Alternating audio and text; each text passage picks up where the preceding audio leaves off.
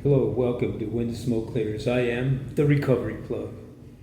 Well, you know how I like to get my podcast started always with a moment of silence followed by the serenity prayer for the addict who still suffers. So if you would, a moment of silence. God, grant me the serenity to accept the things I cannot change, the courage to change the things I can, and the wisdom to know the difference. Alrighty, well, how's it going, everyone? Well, I just wanted to come out today and get this video podcast started today by talking about manageability.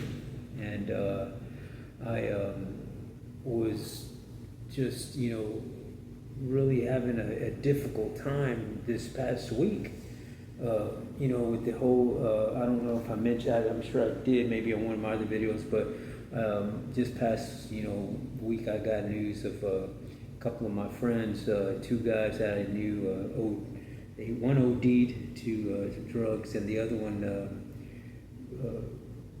got blood poisoning, through the use of drugs, and they both didn't make it. So it had just been weighing really heavy on me, and I started thinking about my life in general and how I could remember being in full-blown addiction and thinking that I had my life under control. And just like my two friends, they really thought that they had their use under control. And just out of nowhere, it can take you. And when you think you have control, I mean, that's the furthest thing from the truth. And I know in my addiction, I thought I was a really, really good, master at living life and doing drugs. And I wish I would have known a whole lot sooner than I did. With all the trials and tribulations that I've been through in my life, I could have saved myself a bunch of heartache and time lost and money lost. And I can remember thinking that I'm in control of my use, and when I think back now, I'm like, gosh, I was really a lost dude, man. And I played a good game and I talked a freaking big game, but man, what people didn't know behind closed doors was that I was a hurt dude, and I really struggled with accepting myself, and really dealing with a bunch of traumatic experiences that never went away. And it just seemed like the more time passed, the more it bothered me, and the more I would think about it, and the more I would even dream about it. And it just the only way I knew how to deal with that was to use drugs, so that I wouldn't have to worry about those feelings. And I was just with the news of my buddies, just how they went, man, I stopped and just thought, man, am I one lucky motherfucker? You know what I mean? I really am. By the grace of God, I was able to get out of that realm, and I'm here today doing these podcast videos, and I'm here, and I can tell you that I'm here doing these things, sober and happy, because man, was I unhappy. I've been unhappy for a long time, and I just felt that life was I was just getting dealt this bad deck of life cards, and one thing after another, and from having a successful business, a couple of them at that, and being married, and then losing my family, losing my businesses, losing my home, and wind up homeless and addicted. You know what I mean? And even then, I still didn't think I was addicted. I mean, I still thought that it was just why is this happening to me? You know what I mean? What did I do so wrong that that I'm being punished?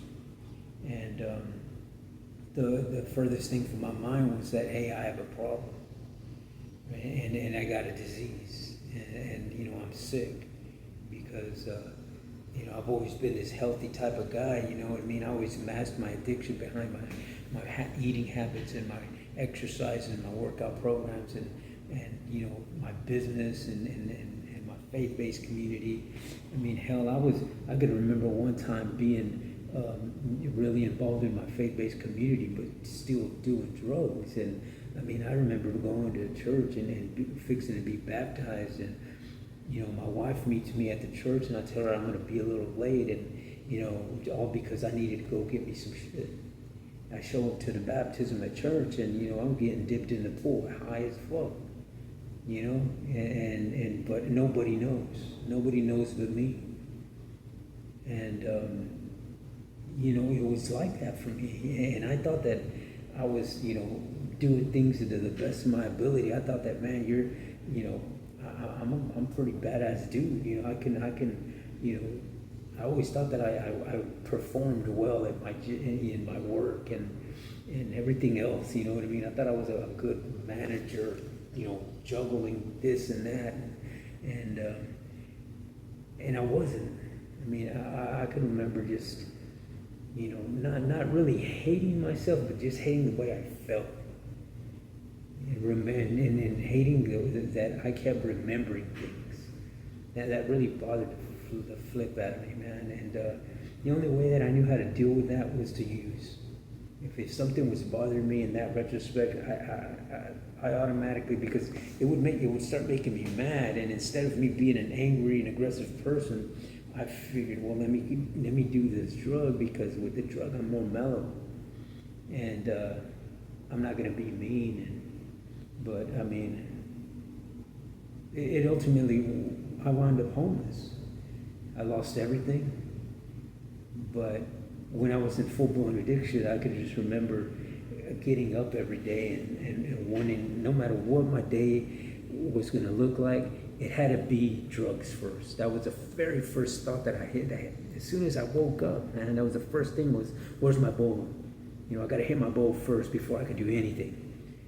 You know, I'm not going to do crap unless I got that hit first. Once I did the hit, then I was good. Then I could manage it, and I could manage myself and say, okay, now what are we gonna do today? How much dope you got left? And do you have any money? And if you don't got no dope, how are we gonna get the dope? Because they can't keep on moving if you don't got it. So there in turn, that was what I was doing for the day, is, you know, doing licks to get the next hit and that sort of thing. And licks consisted of different things, you know what I mean? And usually it was illegal shit. And it was either going out and just, you know, okay, well, if I can't do a lick, well, then how much of this stuff do I got so that I can sell it and then go get more and re-up and that sort of thing. And it was just an ongoing process. And the more I did it, the worse it got, and the worse the stronghold of addiction got. You know, and by the grace of God, one day I was asleep. I was asleep at the house. I was asleep in somebody's house, and you know, I'm sitting there. You know, I'm there because I'm the plug, right? And I'm getting rid of stuff, and then I just ran out. Somebody's knocking on the door. Hey, I need some more. I need some more, and you know, I didn't have any. So I was like, well, you know what? I'll go get it. Just, you know, give me a ride over there, and I'll go get it real quick, and I'll drop me back off. And so the guy, you know, they drive me over there to pick it up, and I pick it up. Then I was like, you know what, don't take me back, just drop me off over here at this motel. And when I got dropped off at the motel, bam, I get busted. And I get, you know, thrown in jail. And for me, that was the rude awakening. And I can remember sitting in that cop car just thinking, man, you just done, you know, you're not managing that at all. You know, you done fucked up. And I from that day forward, you know, I've been clean. And it's just weird because the guy that I was going to get the stuff for that day, who was knocking on my door begging for it, is one of my buddies that passed away, you know. And you know, I think I was like, man, if it wasn't for him going and knocking on my door that day, I wouldn't have got saved. But you know, God used him, is my thought, as a messenger to wake me up, to take me out, so that I can get busted, so that I can start my journey. I didn't know it at the time, but I'm sad because he didn't have that. His journey stopped, and but some part of his journey saved somebody, saved another addict. You know, go figure. But and this is one of the reasons that I keep doing these podcasts. I mean, whether I get 1 view or no views, or 10 views, 100 views, whatever, how many views and people whoever sees my videos, I just, my due diligence is to share what has helped me along the way, and to share my stories and the stories that I know to be true through addicts that I know. And if my stories can save one person, within my due diligence is worth it. My work is worth it. My service work is doing its job, because the one addict saved me, you know, and one addict story back in 2005 gave me 10 years of sobriety at one point in my life, and I'm grateful for that. But you know, I am just I'm thankful, you know what I mean? I'm thankful and I'm grateful that I'm here, but I'm also, you know, doing my best to stay here so that I don't wind up like my friends did. And you know, and this is one part of how I'm managing my life now, is by doing these videos, because they're therapy for me, and they help me in my journey in recovery. And you know, recovery is exactly that. Your journey in recovery is to recover some of the things that you've lost when you were happy. And you know, one of the things, or a few of the things for me, is, you know, relationships with my kids, is my health, is my spirituality. I mean, all of those things I'm recovering. And you know, it's because of an addict that I got thrown in jail, and I'm able to see the light. The smoke has cleared for me, and I'm trying to manage my life in a better way, by incorporating more positive and healthy boundaries and things that I surround myself with and deal with, that I am doing just that. And today I'm really grateful that I can say that I'm clean right now. And I've gotten my exercise back. I've been working out. I've been eating good. I've got relationships, better relationship with my daughters, and I'm finally getting a home back. And I'm due to move in at the first week of December, so I'm excited about that. And I'm more excited because I'm moving in with one of my daughters. You know, she's going to be my roommate, and you know, I'm excited about that, because there's times of there's been years of that we've lost, of, you know, that I need to try and regain and, you know, catch up. And you know, she needs it's just good feeling to know that your kids still need their dad, you know what I mean? And for me, that's one of the you know, one of the things that I'm looking forward to, and I'm grateful for. And I'm also, you know, I'm also incorporating, not only doing these videos and this podcast, but I got my faith-based community. You know, I'm working on that, and I've got, you know, a few peer support groups that I attend on every week, and I got a couple of psychiatrists that I go and talk to, and I got some music therapy that I do now, and I'm fixing to start a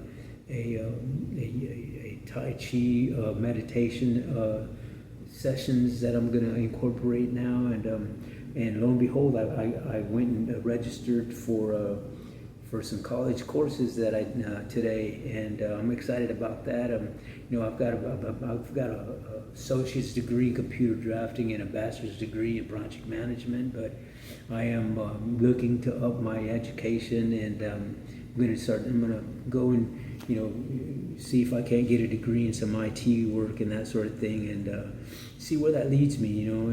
Because I've been trying to do these videos and try to edit videos and put them together and that sort of thing. So that's what intrigued me to get into the IT stuff. So, but those are positive things that I'm involving myself in, and I'm also going and doing more AA and NA meetings, and just